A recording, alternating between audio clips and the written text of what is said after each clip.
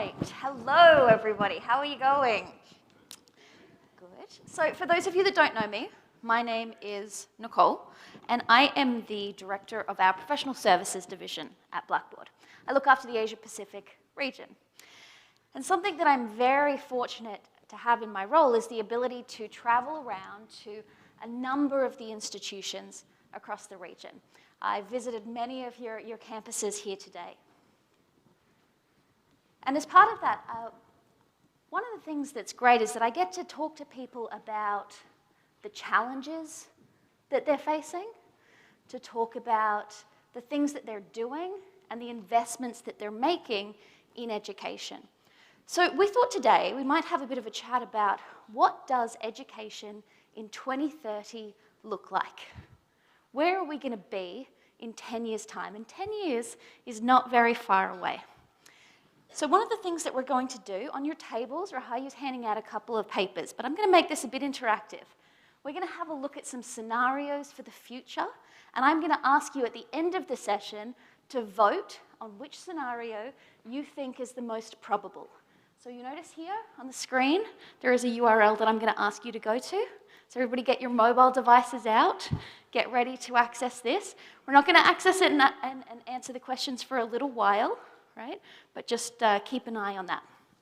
So whilst we're preparing for that, I want you to think about the year 2030, where education is potentially a $20 trillion industry across the globe, right? So there's a lot of investment in this space. What does that look like? How do we operate? And what does it mean for us as educators and as institutions as well? So to think about, and in preparing for some of the data that I'm going to show you, I want to preface this by introducing you to a company called HolonIQ. Now, HolonIQ is a market research, market intelligence company based in Australia, but they do a lot of work globally. And what's really unique about these guys is that their market research is solely on education. They do nothing else but education.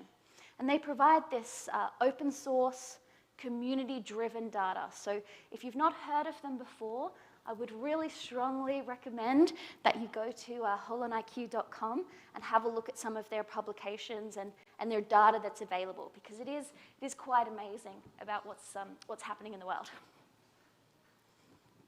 So we've been partnering and following HolonIQ for a little while now, getting some insights into where the industry is going and how we can start to position our technologies, and in my case, our people as well, to help institutions. And so people will say to me, well, how do we know what it's going to look like in 2030? And unfortunately, I don't have a crystal ball. I'm not a psychic. I cannot tell you what next week's lottery numbers are going to be. But what we can do is look at some of the signposts that are out there. Because with every educator, every time a government or an institution plans and acts, they are making implicit forecasts about the future. They are starting to think about what that next wave looks like. So with HolonIQ and other researchers, we can take this top-down approach, looking at the data to understand what people are doing and what's influencing education. So when we say we take a top-down approach, what that means is we're looking at some of these big organizations whose job it is to look at what's happening across the globe.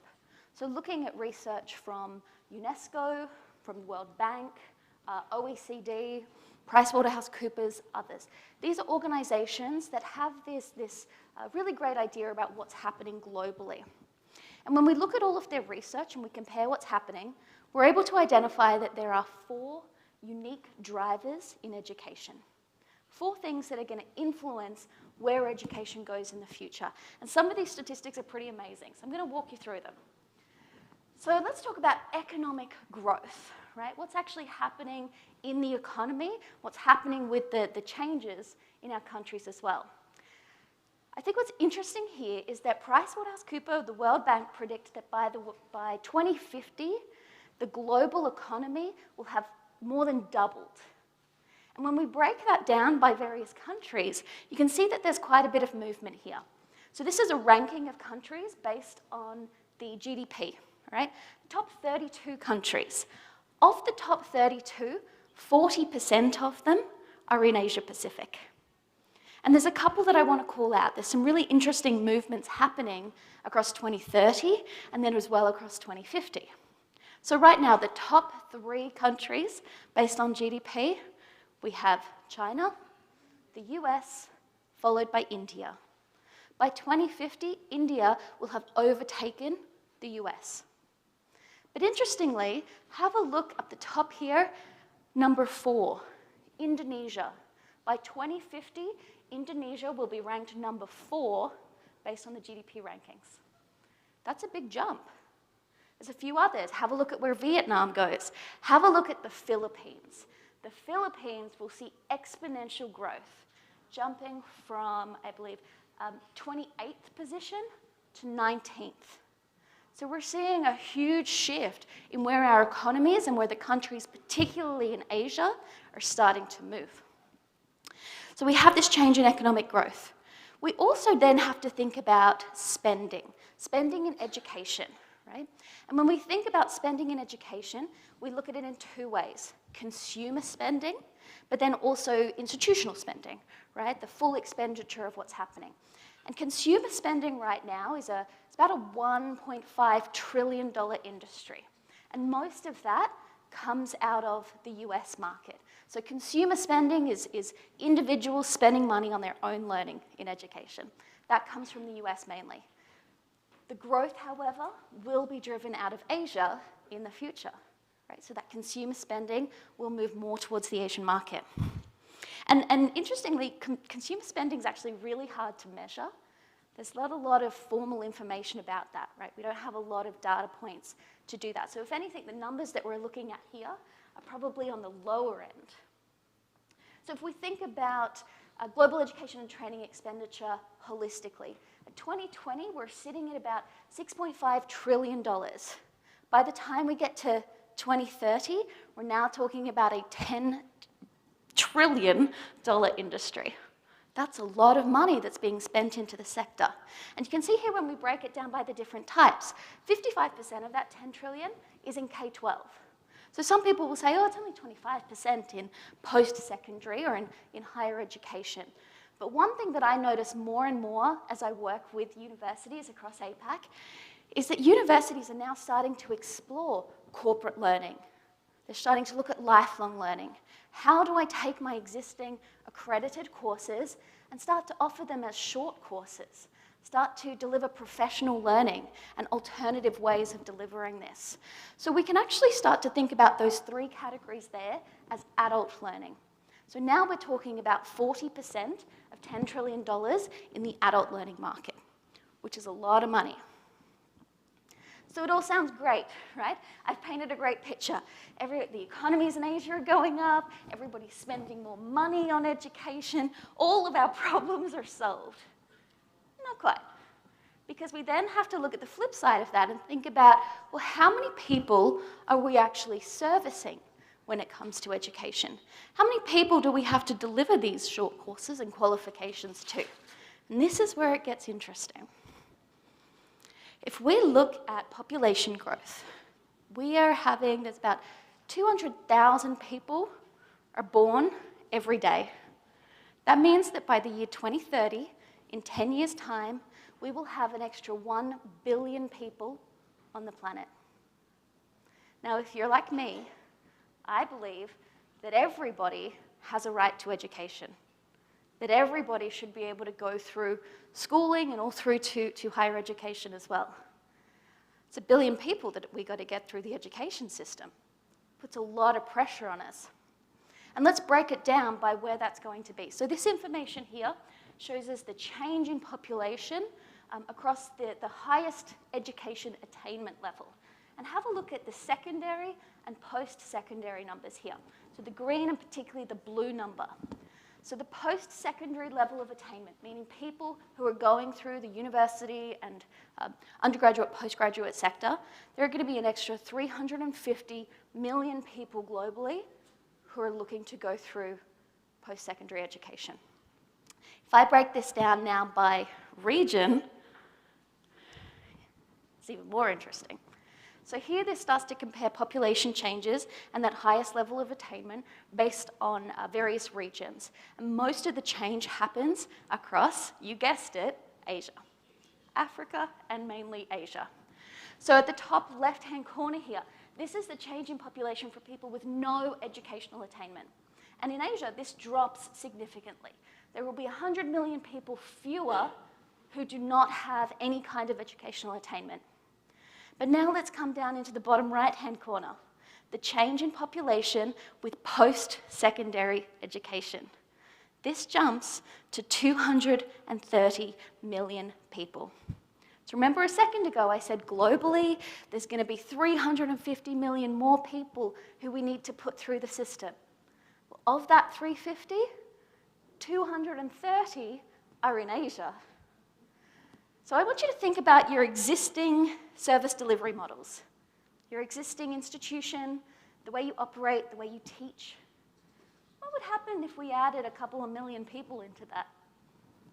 Things start to get a little bit strained here, right? So our current models will struggle with this kind of population growth. But it's okay, because people are spending more money, the economy's changing, it's not all doom and gloom. So I said one of the drivers there was to look in education is to look at what's happening in the economy and in population. The next area that we need to look at when it comes to what's happening in education is the future of work and skills. Because I think you'd all agree that the university sectors in particular, we're training people on jobs that really don't exist at the moment. What are these roles that people are going to fill? So there's a couple of organizations like Nesta and a few others who do some modeling around the kind of jobs that we'll see in the future. But then backtracking that and reverse engineering it to look at, but what are the skills, ability, and knowledge that those people are going to need in the future? And there's a few that I really wanted to call out here.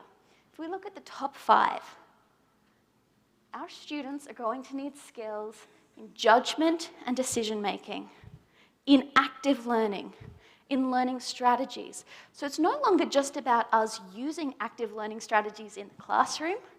We actually have to develop our students to have that skill themselves to use in the workplace.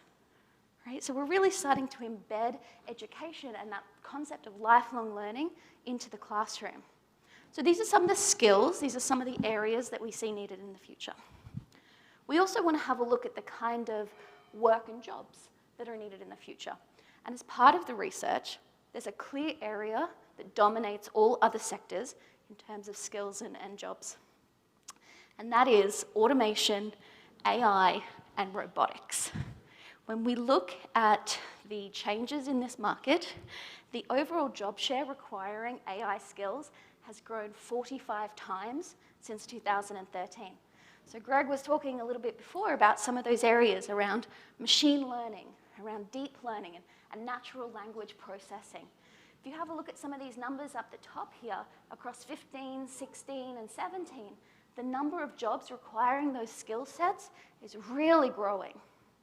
If we look across that, across the UK, China, as well as the US, those jobs are growing as well.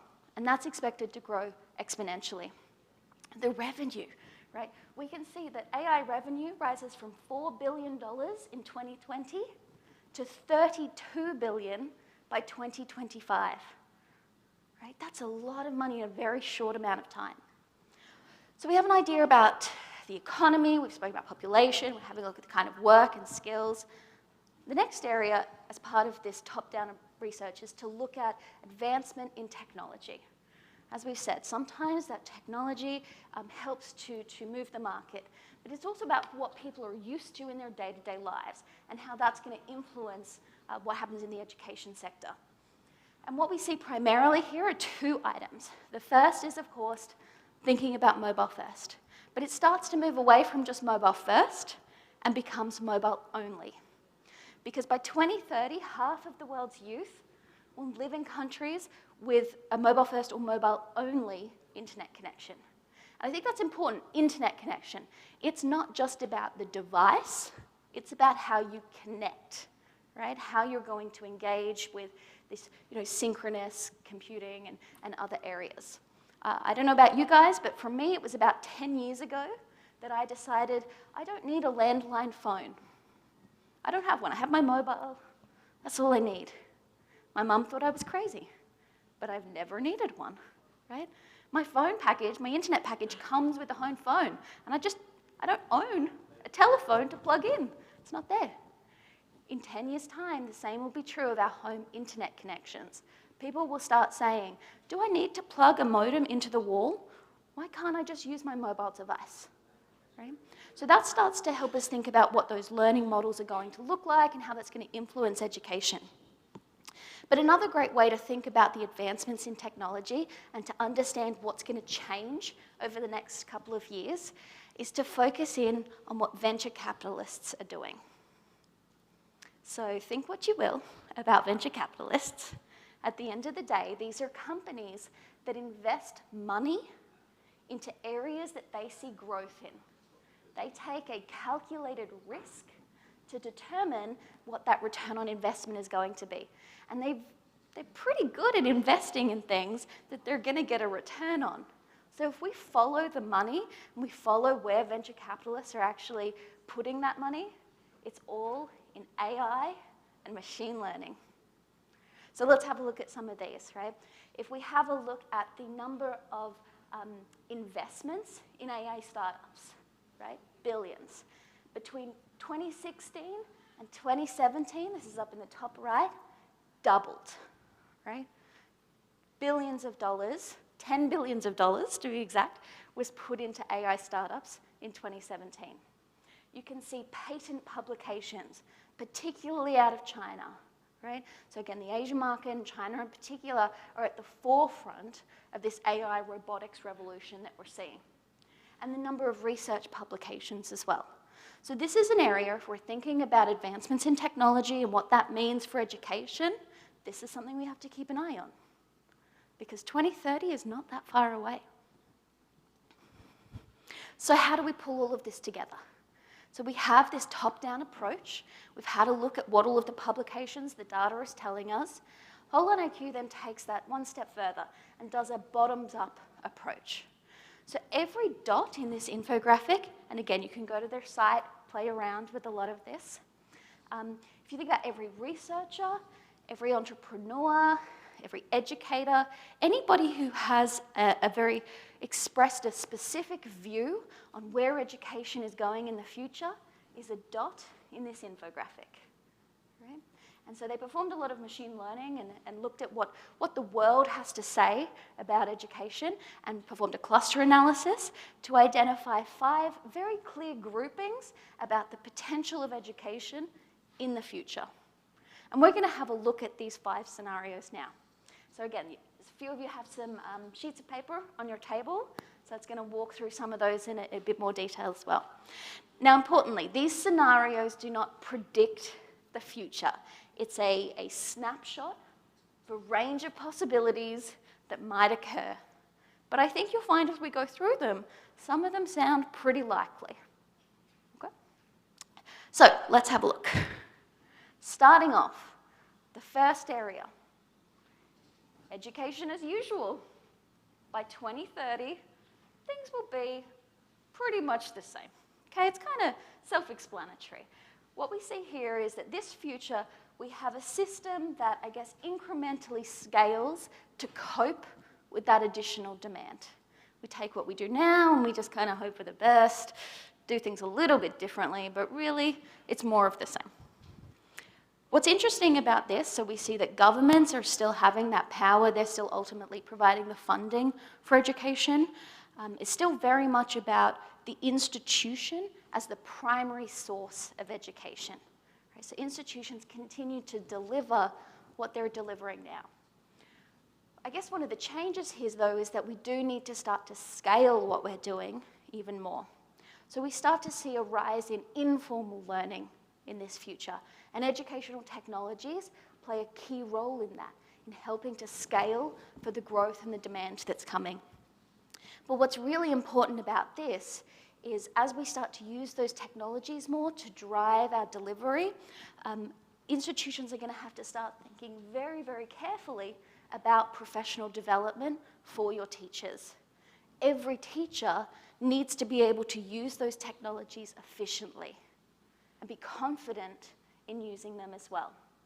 So we heard Phil yesterday talk about Blackboard's digital teaching and learning series. And this is something where we really want to help the world's teachers and populations become more confident in the use of technologies. Not just in the point and click, but in that pedagogical value of them and how it can drive student success. So education as usual, you can see it's pretty standard here. The next is what we call regional rising. And this is where institutions and even some governments start to realize that we don't really have the resources to cater for that future demand and to keep up with that future demand. So in this future, institutions start to band together. They start to work together, typically through national education systems, working very cooperatively to share curriculum, to share resources, to share skills, and to share people, right? And so with that, there's some sort of cost pressures that ease because of the efficiencies that it brings. And I think Michael alluded to some of this morning, right? Talking about these partnerships across institutions. In Australia, we see the innovative research universities, the Group of 8, the regional universities. In Singapore, we're seeing Polymall bring together the polytechnics. In Hong Kong, the Joint Universities Scheme, right? Lots of consortiums. This is the start of regional rising. But what's different in this future is that it's not just about institutions partnering together and working on specific projects. These groups really do start to focus on talent mobility, right? So we're now starting to say, well, our individual staff actually can move across institutions. As an institution, I still have my own identity. I'm still ultimately responsible for providing the education, but we're moving much more freely between the organizations. And I think what's critical to organizations and what Blackboard picks up on here is our ability around interoperability. If we're going to have lots of organizations and institutions working together, it's even more important that your solutions are able to talk to one another and have those deep linkages. So regional rising is one that I think has already started a little bit, but this takes it to the next level. Okay, the next, global giants. This one can be a little bit scary. So in this future, this is the rise of the titans. And you can think about this in a couple of different ways. So one is to imagine in 2030, mega universities, where hundreds, potentially of thousands of institutions are all grouped together, right? They're forced into one. In this world, individuals graduate from one of 10, 20 global universities. So it's a big shift. Equally, you could think about global giants as some of these big technology giants, thinking about your Amazons, Microsoft, Google, Facebook, Apple, starting to move into the fore of learning, start to be responsible for that. So when we look at the dots and sort of where this is, you can see it now starts to shift far more to the right-hand side. It's no longer the balance of power is not with governments, it's with markets. Right? What does the market want? So what's really interesting about this is that we move into more online delivery, far more self-paced delivery, and education becomes a business. It's something that we need to scale to meet the needs of mass populations, and we need to do it quickly and efficiently. So we move away again from traditional accredited programs and courses. Micro-credentialing becomes very important because in this model here, it's about the individual need and their experience. They come in, they get what they need, and they go out. It's point-in-time learning. So next, we have peer-to-peer. And this is, if global giants is the rise of the titans, this is the opposite. It's no longer about these giant institutions, but it's about the individual and their experience. So it's definitely online, but it's up to an individual to determine what they want to do.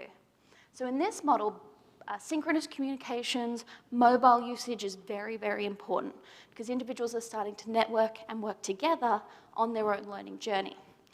So it's very much decentralized, right? A networking approach to learning.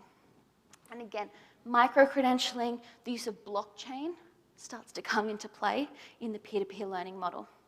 And not so much about government investment, we're now still focusing on that private investment, specifically the individual consumer spending more on their own learning, moving away from the traditional education sector to corporate and lifelong learning more than anything else.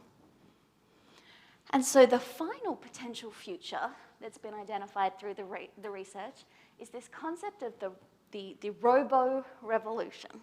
And sometimes when I talk to people about this, they're like, well, we're going to bring some robots into the classroom, right? There's not going to have teachers anymore. We just have these robots that are going to teach everybody. That's not what this is about. What robo-revolution is saying is that we are going to be enabled by this AI maturity, right? We're actually going to be able to have all of our curriculum on demand, right? So the world's knowledge is digitized, it's tagged, it's classified, and it's freely available. So here, whilst we still have, if you have a look at the learning models here, that difference between instructor-led and self-paced, in this model it sits in the middle. And that's because instructors are still a key component to the teaching experience.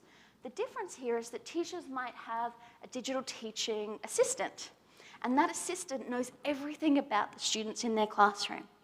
They can understand where the student is at, what resources they need, and how to support them.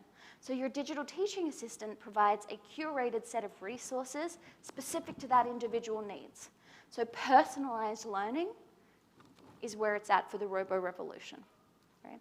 It also allows and gives suggestions to individuals on how they can update and promote their skills based on where they want to go in the future as well. What we see with this model as well is that it really does solve a lot of that equality issue because we can definitely scale education at a much lower cost using some of these technologies. But you'll see that the role of technology is leading, but it's all about borderless data, being free to move between various areas. So again, I said you've got a couple of pieces of paper on your table. I'm going to ask you guys to vote. So if you've got your mobile device, I would like you to bring it up. It's going to ask you, which of the 5 scenarios do you think is likely to happen? And remember, likely to happen by 2030. So 10 years away, not that far into the future. Just over a decade. So I'll give people a second to get that into their phones. If you're a little bit unsure about the 5 different scenarios, if you have the sheet of paper in front of you, you can have a flick through. The last page has all of them compared next to one another, so it's a little bit easier to see.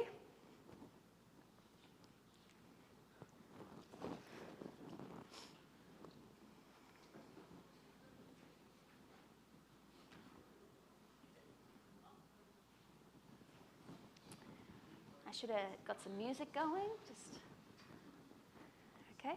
Can I ask you to flick? Could you refresh for me? All right. So the results are starting to come in. This is amazing. Okay. So here's what you guys thought. Within the next 10/11 years, 45% of you think that we will be at a space where the robo-revolution is where the education industry is going. That's fascinating. Closely followed by regional rising. Regional rising is my personal favorite. I think that's where we're going. All right.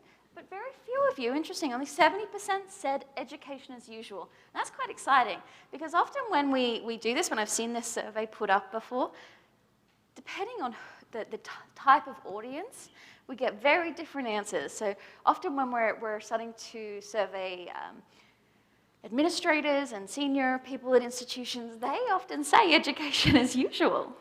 But when we're working with people who are at the forefront and at the coalface of technology, we do, and education, we do see these differences come through.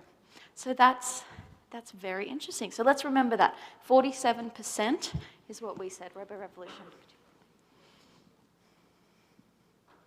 So let's have a look at some results to close this out at what others say. So HolonIQ, they do this study. They go around globally to ask various countries and work with people to identify what they think. And let's have a look at the stats here. So Australia is the first column. Australia seems to lean more towards peer-to-peer in the next 10 years, closely followed by robo-revolution. But then let's compare that to China in the second. Here we have a very, very fixed focus on robo-revolution. But when we look at then the next two, global giants is also a possibility there, right? So China is actually looking at across all of the different countries. When we talk to people there, they see global giants as a very real possibility in the future, whereas a lot of countries are a bit unsure about that. We keep going. Have a look at France here. Peer-to-peer, 55%. Have a look at Germany, up in regional rising at 19%. So there's big fluctuations in where people think we're going. But all of these are very real possibilities based on the data that we see, based on that top-down and bottom-up approach to what's happening in the industry. So we're going to close out here, because I know we're running a little bit behind time.